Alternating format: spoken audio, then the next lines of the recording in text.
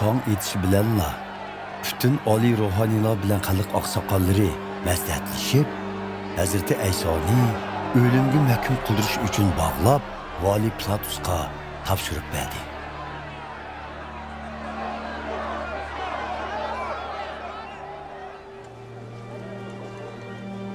Hazreti Ayso valining oldiga keltirildi. Vali uningdan "Sen Yahudilarning podshoyimi?" deb so'radi. "Aytganingizdek", dedi Hazreti Ayso. Oliy ruhoniylar va oqsoqollar uning ustidan shikoyat qilganda, u bir ig'izmi javob bermadi. Buning bilan Pilatus uningga "Sening ustingdan qilingan shuncha ko'p shikoyatlarni olmayyotamsan?" dedi. Biroq Hazreti Ayso ularning birigimi javob bermadi. Vali bunga intayin hayron qoldi.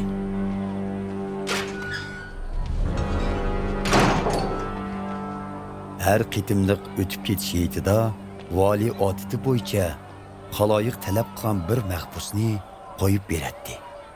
Ayni vaqtda Barabbos ismli nomi chiqqan bir mahbus zindonda edi.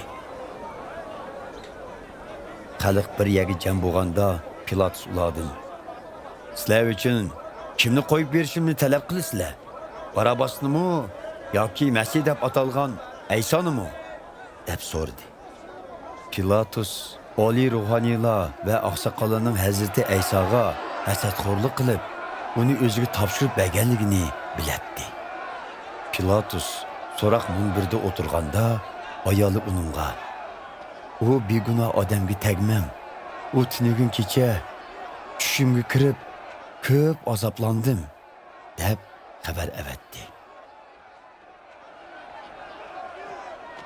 Oliy ruhoniylar va oqsoqollar bo'lsa, xalqni kuchkirtib, vali Pilatusdan Barabbosni qo'yib berishni va Hazreti Aysoni o'limga mahkum qilishni talab qildirdi. Vali ulardan yana "Sizlar uchun bu ikkisining qaysisini qo'yib berishimni talab qilasizlar?" deb so'radi. "Barabbosni" deyishdi ular. "Undaq bo'lsa, Masih deb atalgan Aysoni qandaq bir talab qilay?" dedi Pilatus.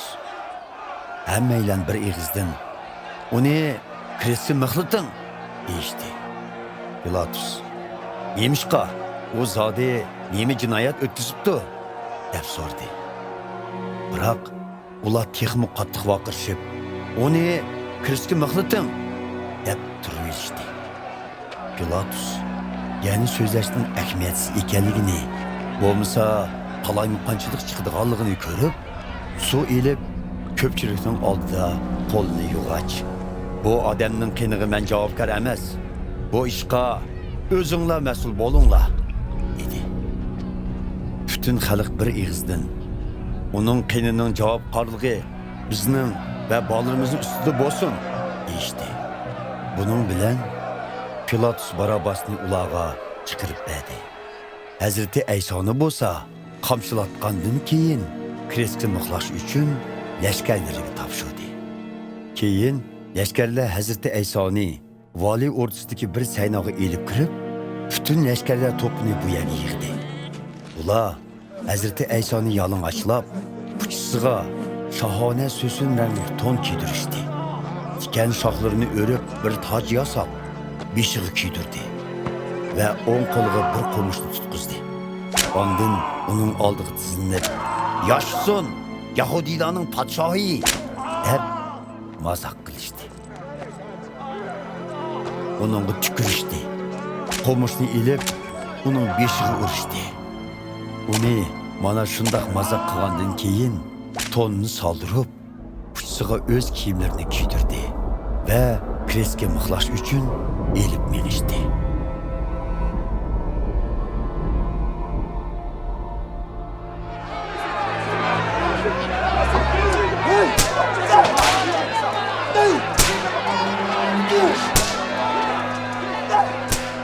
Ular tashqariga chiqqanda Kirini shaharlik Simon ismli bir kishini uchirtib, Hazreti Ayso yutib mangan kristni uningga majburiy ko'targizdi.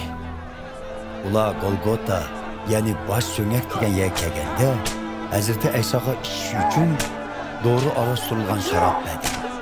Lekin Hazreti Ayso uni tetib ko'rib, ishkili unimidi.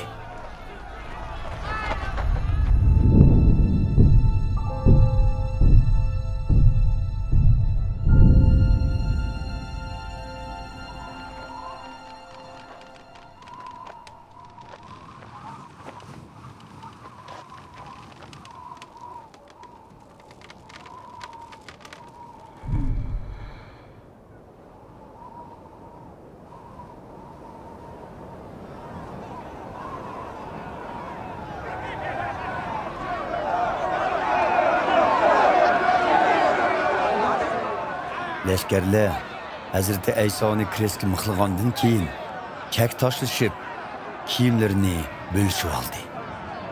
Ondan keyin u yerda o'tirib navbatchilik qildi. Ular Hazreti Aysoning beshining yuqori tarafiga bu Yahudiylarning podshohi Ayso deb yozilgan bir gunoh taxtasini osdi. Hazreti Aysodan boshqa ikki qaroqchimi kresga mixlangan bo'lib, biri uning o'ng yendiki, yana biri so'l yendiki kresda edi. U yerdan o'tganlar boshlarini chayqishib, Hazreti Aysoni haqoratlab, "Qani, sen ibodatxonani buzib tashlab, 3 kunda qaytadan yasab chiqadigan odam eding-ku. Endi o'zingni qutqizg'ina. Xudoning o'g'li bo'lsang, kresdan tushib boqqin." deydi. Oliy ruhoniylar Tavrat ustozlari va oqsoqollarmi uni shundoq maskara qilib, boshqalarni qutqizib ekan, o'zini qutqiza olmadi. Isroillarning podshohiymish texi. Endi kresdan tushib boqsin-ku, ondan uningga e'tiqod qilayli. O, Xudoga ishlatdi. Xudo uni azizlasa, qutqizib boqmasinmi? Chunki u men Xudoning o'g'li degan edi. deydi. Hazreti Ayso bilan billa kresga mixlangan qaroqchilarmi uni shundoq haqoratlashdi. Tush vaqti soat 12 dan soat 3gacha butun zaminni qorong'ulik bosdi. Soat 3larda Hazreti Ayso yuqori ovoz bilan Yeli, lama shavaqtani, ya'ni Xudoyim, meni nemishqa tashlab etding, deb vaqirdi. U yerda turganlarning ba'zilari buni xato anglab, bu odam İlyas payg'ambarga murojaat qilyapti, deydi. Ularning ichidan biraylan darhol yugurib berib, bir parcha bulutni akeldi. Ondan uni arzon uzum sharobiga chilab, qo'mishning uchiga bog'lab, Hazreti Aysoga ishkizmoqchi bo'ldi. Boshqalar to'xtab turinglar, qarab boqayli. İlyas payg'ambar kelib uni qutqizib qolarmikin, deydi.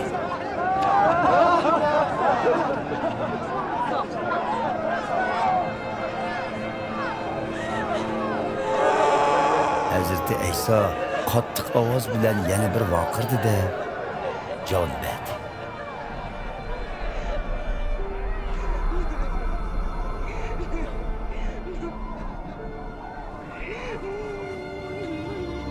Shu vaqtda markaziy ibodatxonadagi parda yuqoridan tövanga ikki parcha bo'lib yirtildi. Zemin silkinib, toshlar yerilib, qabrlar echildi. Hazreti Ayso tirilgandan keyin burun olamdan o'tgan bir necha taqvodor odamlar tirildi. Ular qabrlardan chiqdi va muqaddas shahar Yerusalimga kirib, u yerda nurg'un kishilarga ko'rindi. Hazreti Aysoni ko'zat qilayotgan yuzbeshi va lashkarlar zaminning silkinishi va boshqa hodislarni ko'rib, intoyin qo'qishgan holda u haqiqatan Xudoning o'g'li ekan, deydi.